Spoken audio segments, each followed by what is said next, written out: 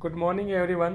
आज दिनांक 5 नवंबर 2022 और आज हम बात करेंगे 5 नवंबर 2022 के महत्वपूर्ण करंट अफेयर्स के बारे में।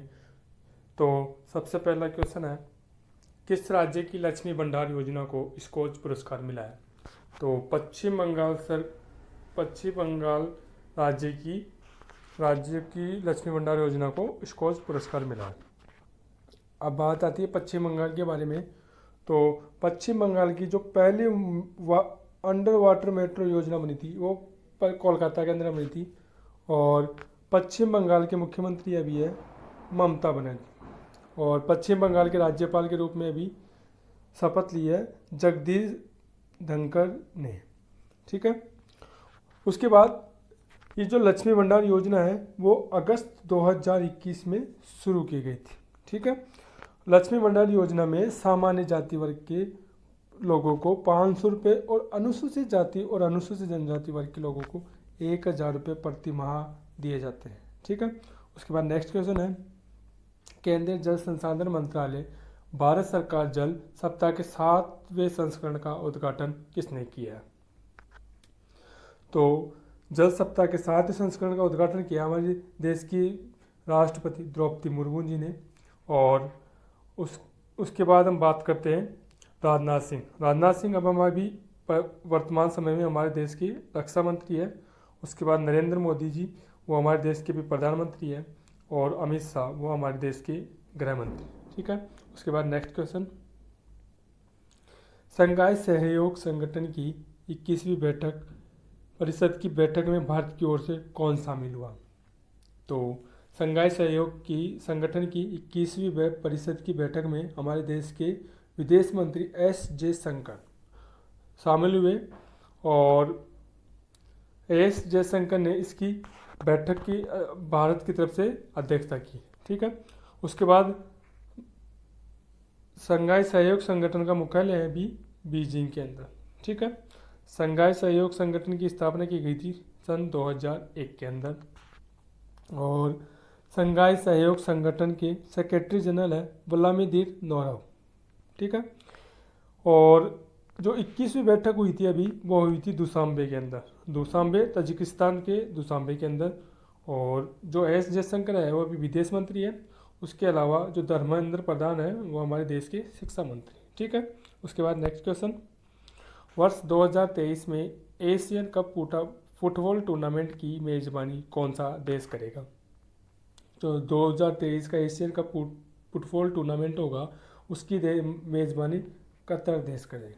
ठीक है, उसके बाद हम बात करते हैं कतर देश के बारे में। तो अभी कतर देश के जो प्राइम मिनिस्टर है वह है खालिद बिन खलीफा बिन अब्दुल अजीज अल थानी। ठीक है, उसके बाद कतर की जो राजधानी है वह है दोहा। ठीक है, उसके बाद नेक्स्ट क्वेश्चन, हाल ही में बांग्लादेश फिल्म महोत्सव के 4थे संस्करण का उद्घाटन कहाँ पर हुआ है? तो बांग्लादेश फिल्म महोत्सव के 4थे संस्करण का उद्घाटन पश्चिम बंगाल की राजधानी कोलकाता के अंदर हुआ है। ठीक है, उसके बाद हमने कोलकाता के बारे में पहले बात कर ली है। तो उसके बाद नेक्स्ट क्वेश्चन है, किस राज्य में विश्व का सबसे बड़ा पांडुलिपि ग्रंथालय बनाया जा रहा है?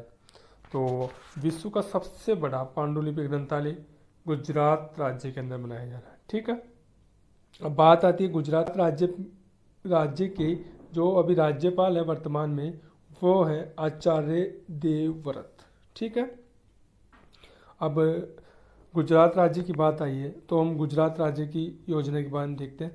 तो जल जीवन मिशन के तहत 100% घरेलू नल कनेक्शन करने वाला पहला राज्य कौन सा बना है? गुजरात राज्य। कौन सा राज्य बना है? गुजरात राज्य। ठीक है, 100% जल कनेक्शन वाला राज्य बना है गुजरात राज्य।